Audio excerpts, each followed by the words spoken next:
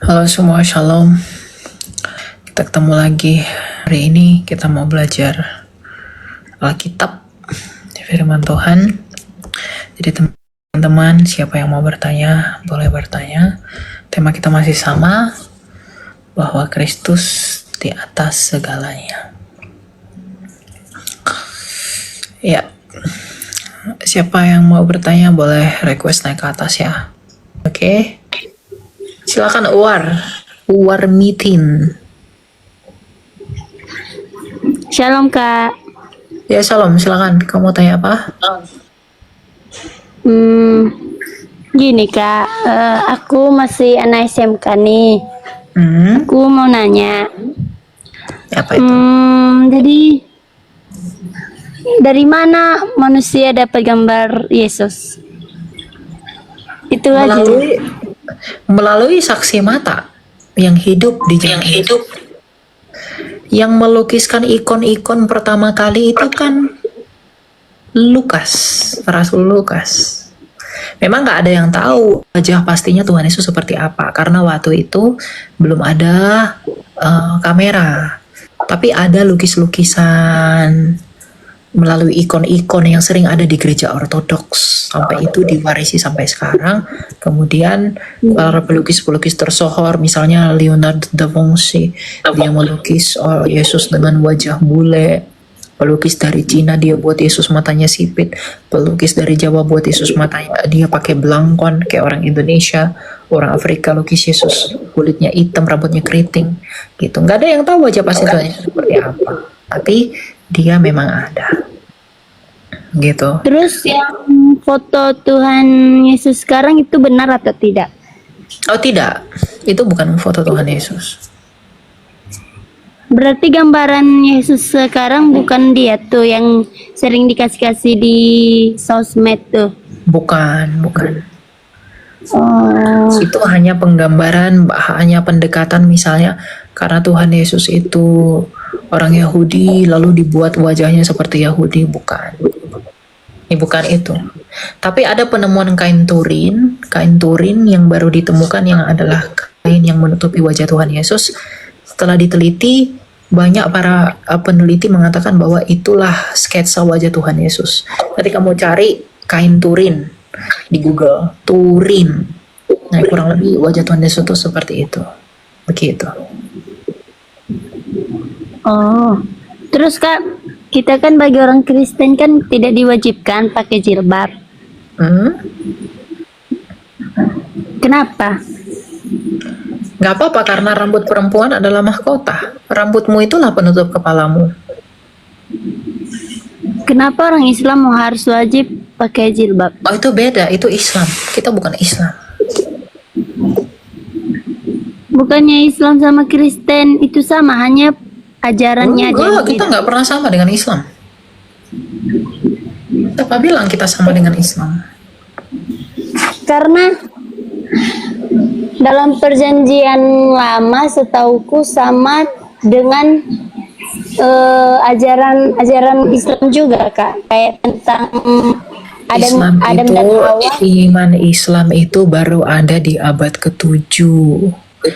Kita itu sudah ada dari abad pertama. Jarak kita dengan mereka itu 700 tahun. Jadi nggak pernah sama kita dengan mereka. Gitu. Jadi jangan sama-samakan Kristen dengan Islam. Kita nggak tahu mereka itu sumbernya dari mana, pengajaran dari mana, karena mereka tidak lahir dari bangsa Israel. Mereka lahirnya dari bangsa Arab. Kita nggak ada hubungan dengan Arab. Gitu, ya. Oh, boleh nanya lagi Kak? Ya, satu lagi ya, kita mau lanjut yang lain. Ya, satu lagi. Aku dengar-dengar dari teman-teman kalau Mekah itu sama kayak gereja. Ya, gereja. Apakah benar Mekah itu gereja? Mekah itu gereja, ya mungkin Mekah itu tempat ibadahnya mereka, orang Muslim, gereja tempat ibadahnya kita. Mungkin samanya dalam hal itu. Kalau yang lain-lain saya pikir nggak ada yang sama. Oh iya Kak, makasih Kak.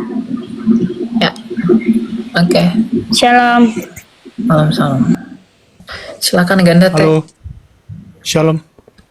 Ya, shalom, silakan. Eh, ada beberapa pertanyaan yang ingin aku tanya. Yang pertama itu, aku dapat sumber.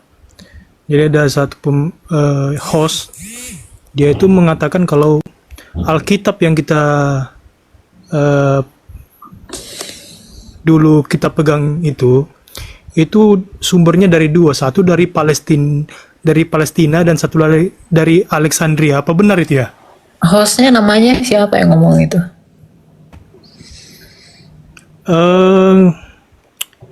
Duren atau apa gitu ya? Nama samaran gitu. Hmm. Maksudnya Alkitab kita dari Palestina atau dari apa gitu? Atau dari Dari Alexandria. terjemahannya ada dari Palestinian sama Alexandria. Iya, kalau perjanjian lama kita memakai Septuaginta. Itu memang diterjemahkan dari Proto-Hebrew ke bahasa Yunani oleh 72 rabi-rabi. Makanya disebut naskah leksikon di Alexandria 3 abad sebelum Tuhan Yesus datang ke dunia atas perintah Ptolemy ya. Nah, tapi kemudian pada tahun 164 Masehi, naskah-naskah Ibrani yang disalin oleh Ezra itu dihancurkan oleh Antiochus Epiphanes ketika menjarah bait suci. Lalu ketika semasa Tuhan Yesus hidup, mereka pakai naskah yang diterjemahkan di Alexandria itu, yaitu naskah Septuaginta. Lalu ketika Tuhan Yesus sudah menginjili, dia mati dan naik ke surga, para rasul menyusun Injilnya. Matius, Markus, Lukas, Yohanes, dan semua isi perjanjian baru itu selesai sebelum abad pertama berakhir. Nah, lalu kemudian bapak-bapak gereja dan bapak-bapak apostolik, dalam hal ini adalah muridnya para rasul, itu mengumpulkan semua surat-surat itu dan dikumpulkan jadi satu. Maka dikanonkan di Kartago di akhir abad akhir abad keempat tahun 390-an. Begitu. Berarti artinya kanon untuk Alkitab Kristen Protestan itu di abad ketiga ya? Bukan Kristen Protestan, Kristen secara menyeluruh itu ya di Kartago itu. Kalau orang Protestan itu beda lagi, karena orang Protestan itu karena waktu itu protes kepada gereja Katolik, dia itu menggunakan untuk perjanjian lama tidak mengikuti kanonnya Septuaginta yang ada di Vulgata yang dipakai oleh gereja Katolik, tapi mengikuti kanonnya orang Yahudi yang datang dari Konsilium Nia yang menggunakan Codex Aleppo dan Leningrad yang disebut dengan naskah Masoret dari abad 9-10. Begitu. Berarti kok Konsili Yamnia duluan baru Konsili Nisia ya? Bukan, Konsili Nisea tahun 325, Yamnia itu abad pertengahan, abad 10-an. Beda. Itu kan Yamnia itu untuk Yahudi, brother. Nggak ada hubungannya dengan Kristen. Nah, Yamnia itulah yang membuang Deuterokanonika karena alasan mereka tidak ada di bahasa Ibraninya. Nah, kemudian mereka menyebutnya sebagai Tanakh. Nah, inilah yang dipakai oleh orang Protestan. Gitu. berarti yang dipakai sama Tuhan Yesus pada saat perjanjian baru itu Septuaginta. Septuaginta. Kak, aku mau nanya, itu kan dulu kan Martin Luther pada saat itu dia memprotes dengan 19 tesis ya mengenai 95. 95 benar. 95 dalil. 95 tesis dia mengkritik masalah apa namanya? Gereja Katolik. Ya. Nah, itu pada saat itu apakah memang benar ada terjadi peperangan pada saat itu ya? Sampai 7 juta nyawa melayang. Ya, itu memang kegelapan apa ya saya bilang ya, yaitu sejarah yang Kegelapan ya. Ya, itu sejarah yang kelam, makanya Paus pernah meminta maaf untuk kekelaman yang pernah melibatkan gereja. Tapi kita nggak perlu mengingat itu lagi lah ya. Itu menjadi pelajaran buat gereja, itu menjadi pelajaran untuk evaluasi buat gereja, dan kemudian itu salah satu yang memicu mengapa gerakan reformasi itu bisa datang. Jadi sebenarnya yang bisa kita pelajari dalam hal ini adalah gereja Katolik, gereja Protestan secara khusus ya tidak boleh saling ini lagi benci membenci, karena di antara keduanya sama-sama punya kekuatan dan sama-sama punya kelemahan dalam berargumentasi. Ingat satu hal yang penting di dalam menilai sejarah, tidak akan mungkin ada aksi tanpa reaksi. Kalau kamu bertanya hal seperti itu kepada gereja Katolik, pasti mereka akan memberi sudut pandang Katolik, dalam hal ini pasti membela ke Katolik kan. Tapi kalau kamu tanyakan ini kepada gereja-gereja reform, pasti mereka juga punya argumentasi untuk itu. Karena memang kita tidak hidup di zaman itu, kita nggak tahu bagaimana tekanan yang dialami Luther, bagaimana memang saya katakan ya, intensitas atau parahnya masalah yang ada di gereja sehingga Luther harus memberontak pada masa itu. Jadi kita pun nggak bisa menjadi hakim atas keduanya, maka kita sebagai orang yang tunduk kepada Kristus harus sama-sama rendah hati untuk tidak saling membenci, baik Katolik terhadap Protestan dan Protestan kepada Katolik, begitu. Ya. Oke Kak, nah dulu kan ada pertentangan itu antara Rafinus dengan Arius. Arius dan Athanasius. Iya benar, Athanasius. Athanasius bukan siapa itu, Rafinus, tidak ada Rafinus. Itu sebenarnya apa yang mereka pertentangkan pada saat itu? Itu di Konsili Nisea itu ya Kak? Itu mereka menolak keilahian Yesus. Arius inilah yang ditampar oleh Santo Nikolaus yang menjadi asal muasal Sinterklas. Ya. Nah, jadi golongan Athanasius mengatakan bahwa Yesus itu sepenuhnya ilahi. Tapi Arius menolak keilahian Kristus. Nah, ketika perdebatan itu terjadi, Arius itu diusir ke tanah Arab sana. Makanya orang abad ke-7, iman yang datang dari gua-gua gelap, yang lahir dari Arab, itu belajar Kristen dari bidat Arius.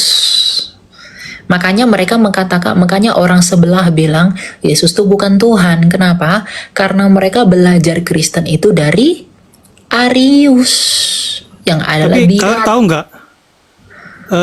Masih ada loh ajaran Arius di Ethiopia, di gereja-gereja Ethiopia. Karena apa mereka namanya? menganggap kalau pada zaman itu bapak-bapak gereja nggak lengkap untuk menghadiri Konsili Nisea yang mencetuskan keputusan-keputusan yang mengatakan kalau Arius itu adalah bidat. Jadi ada beberapa bapak gereja yang tidak hadir pada saat itu, jadi mereka mengatakan ini tidak sah. Di dalam 7 konsili ekumenis itu menekankan bahwa Kristus itu adalah Allah sejati. Jadi bukan masalah jumlah bapak-bapak gerejanya, tapi pengajaran Arius itu memang menyesatkan. Yohanes 1 ayat 1 udah jelas kok. Pada mulanya adalah firman, firman itu telah menjadi manusia, pada mulanya adalah firman, dan firman itu bersama-sama dengan Allah, dan firman itu adalah Allah. Lalu bagaimana mungkin Arius benar dalam hal ini? Jadi bukan masalah jumlah dari bapak-bapak gerejanya, tapi pengajarannya. Makanya kemudian dalam konsili-konsili setelah itu, Arius tidak pernah dibenarkan. Gitu. Jadi dia tetap salah dan dipandang sebagai bidat yang menghanguskan. Gitu. Makanya orang sebelah yang dari Arab ini selalu mengklaim mereka benar, padahal mereka itu belajar kekristenan dari bidat. Ya bidat itu. Makanya dalam tulisan Bapak Gereja Yohanes dari Damaskus, itu di dalam bukunya judulnya Religion of Ismailites, itu mengungkapkan betapa anehnya ajaran mereka yang dari abad ke-7 itu. Karena mereka memang belajar kekristenan dari Arius, begitu. Kalau gitu kenapa bisa penyebarannya sangat tinggi di Eropa Kak ya? Pada saat itu ya? Maksudnya? Jadi Penyebaran siapa cepat gitu penyebaran ajaran Arius itu padahal udah disebutkan kalau ajaran Arius ini bidat, tapi tetap penyebarannya cepat gitu sampai ke Eropa. Iya, yang namanya. Bagaimana cara mereka bisa menyebarkan itu? Kalau mekanisme Apakah nggak ada penyebarannya saya hukum? nggak tahu. apakah nggak berjalan hukum di situ ya? Maksudnya gimana ya pada saat itu dulu hukuman kepada para bidat bagaimana dan itu yang paling penting gitu. Hukuman para bidat itu bagaimana dulu pada saat itu ya? Waktu itu belum ditegaskan dengan jelas karena posisi kekristenan waktu itu masih dalam masa aniaya. Jadi belum jelas waktu itu. Jadi belum ada yang menegaskan hukumnya harus seperti ini enggak. Kalaupun dikasih hukumnya juga mereka tetap berkembang. Karena itu pertentangan teologis ya, bukan hal-hal yang berkaitan dengan politik dan lain sebagainya. Gitu ya. Kak, boleh satu pertanyaan lagi, Kak? Ya, Terakhir. silakan. Di kitab Wahyu, Kak, dulu kan informasi yang aku dapat itu kitab Wahyu itu nggak masuk dalam kanon. Ya, betul. Jadi karena banyak bapak-bapak gereja yang sulit mentafsirkan apa maksud Yohanes di dalam kitab Wahyu itu, atau ada alasan lainnya, makanya itu tidak dikanonkan dulu pada saat itu, atau bagaimana, Kak? Aku masih belum paham. Ya karena masalahnya nanti banyak yang menginterpretasikan Wahyu itu jadi lain-lain. Karena itu kan kitab apokaliptik ya. Jadi memang waktu itu dihindari dulu untuk untuk dimasukkan dalam kanon, tapi pada akhirnya dimasukkan. Gitu. Jadi waktu itu untuk menghindari agar tidak ada keanehan dalam interpretasi untuk kitab Wahyu itu. Tapi ketika seiring berjalannya waktu itu kemudian dimasukkan di kanon. Itu alasannya. Oke. Itu ya. Makasih, Kak ya. Oke, ya. Oke.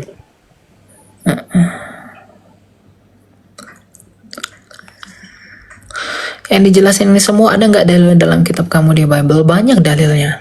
Kami kan punya sejarah, bukan seperti yang lain yang miskin sejarah. Aris dibilang beda dan Martin Luther biasa-biasa aja maksudnya. Ya, Martin Luther tidak merendahkan Kristus dengan mengatakan dia yang bukan ilahi. Gitu. Ya, mungkin bagimu itu nggak biasa-biasa aja. Itu terserahmu. Kamu kan mengikuti dogma gerejamu. Gak apa-apa, terserahmu lah. Tapi saya tidak mau menghabiskan waktu dengan orang-orang seperti itu. Ya kan? Kalau menurut Martin Luther tuh bidat apa segala macam ya terserah. Imanilah imanmu. Kita berakhir saya mau nyanyi ke satu lagu ya. Jangan kita tinggal diam mendengar, berilah terang.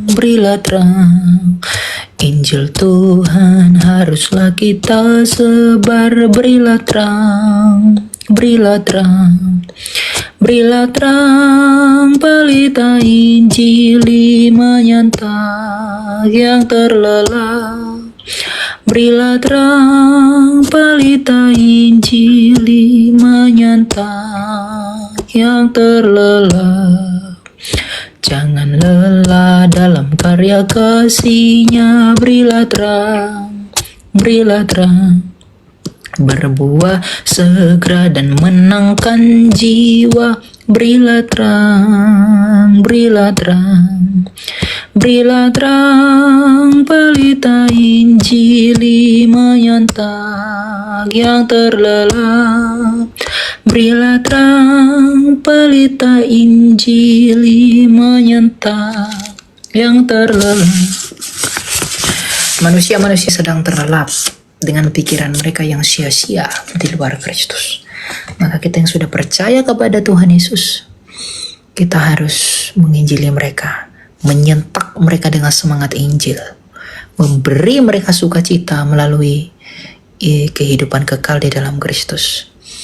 Biarlah kita semua di dalam kehinaan kita, di dalam keberdosaan kita, di dalam ketidaklayakan kita, di dalam ketidakbergunaan kita, biarlah Tuhan memakai kita sebagai bejana untuk kemuliaan namanya. biarlah dia yang berbelas kasih, karena sukacita kita hanyalah kasih karunia-Nya saja. Bukan oleh karena itu, terlebih-lebih karena kita memang hidup oleh karena kasih karunia-Nya, sebab Kristus kita telah berkata, di luar aku, engkau tidak dapat berbuat apa-apa. Mari berbuat benar, mari berbuat baik, mari mengasihi Allah, mengasihi sesama, bukan oleh karena kita sendiri, bukan karena kita pengen sesuatu, bukan karena kita mau mengemis sesuatu, tapi karena kita telah melihat salib Kristus yang telah berdiri tegak, yang telah berkorban bagi kita. Mari kita melakukan semua tindakan kita oleh karena salib Tuhan kita. Tuhan memberkati, kita ketemu lagi dalam episode berikutnya. Saya mohon maaf jika ada kesalahan dan tutur kata. Biarlah Tuhan yang bersama kita senantiasa. Tuhan memberkati. Shalom.